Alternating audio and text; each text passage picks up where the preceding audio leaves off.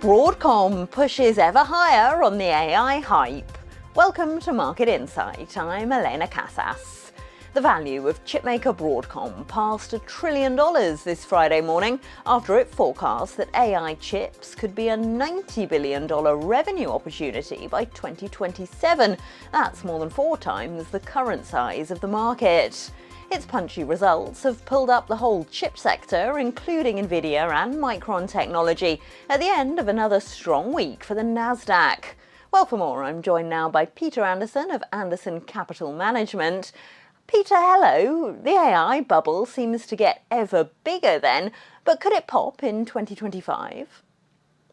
This AI bubble indeed is getting very large, larger than I ever expected, and I am very concerned going into the future just how much more spending can support this bubble. At some point, I do think somebody will say there's enough spending going on. That, but also think how difficult it is to project the future even a year from now. Yet Broadcom has gone out 3 years.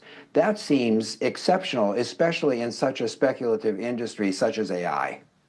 Would you buy chip makers at these valuations, Peter? I have stayed away from most chip makers except for Nvidia. And as you know, I've been a big fan of Nvidia since 2015. But in reality, this year in the summer, I actually started trimming that back even because I thought things were just getting too pricey. And the enthusiasm for artificial intelligence has exceeded our wildest expectations. And that has caused me great concern about the valuations. More broadly, I know you're positive about the outlook for 2025 despite the very high valuations that we see across the market. Why is that?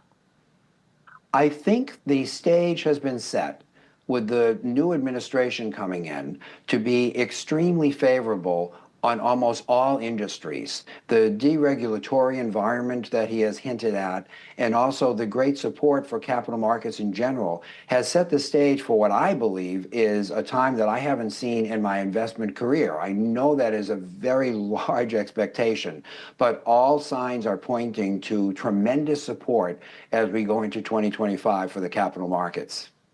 Is there a risk, though, that further deregulation could create bubbles that then pop? Of course, there's always the potential for bubbles, and we always have to be very vigilant. So I would indeed expect bubbles, but I would also expect opportunities that have not presented themselves in many years, even in healthcare, for instance, which has not really been in the headlines right now. That's an area where we think has the most promise, and areas I would stay away from. I'm predicting this next year will be a very, very high title in the headlines, will be quantum computing. You should strap in and expect a lot of hype on that. And I think that is an industry that we have to be extremely careful about before we actually take investments in it.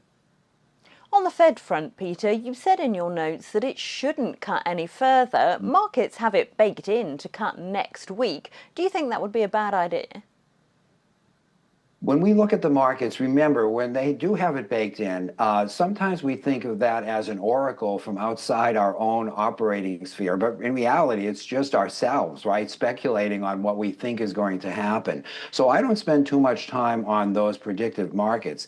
Instead, I use common sense, and I think about the economy right now and the change in administration and what I think is going to be quite a large change. So if I were on the Fed board right now, I think I would put a pause until we got a clearer sense of the direction that these policies are going to point us in, which would be in, at the earliest, late January. So I still think that the Fed was not correct in lowering rates last month, and I think the Fed will still be incorrect in lowering rates this month. Does that mean that going into 2025, you think that far fewer cuts than the market generally expects will be warranted?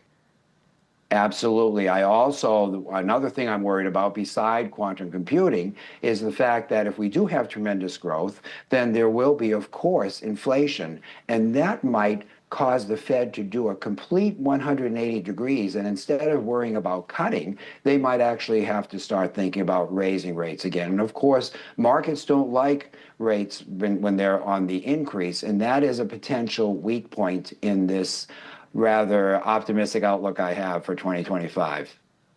Peter Andersen of Andersen Capital Management, thank you so much for joining us.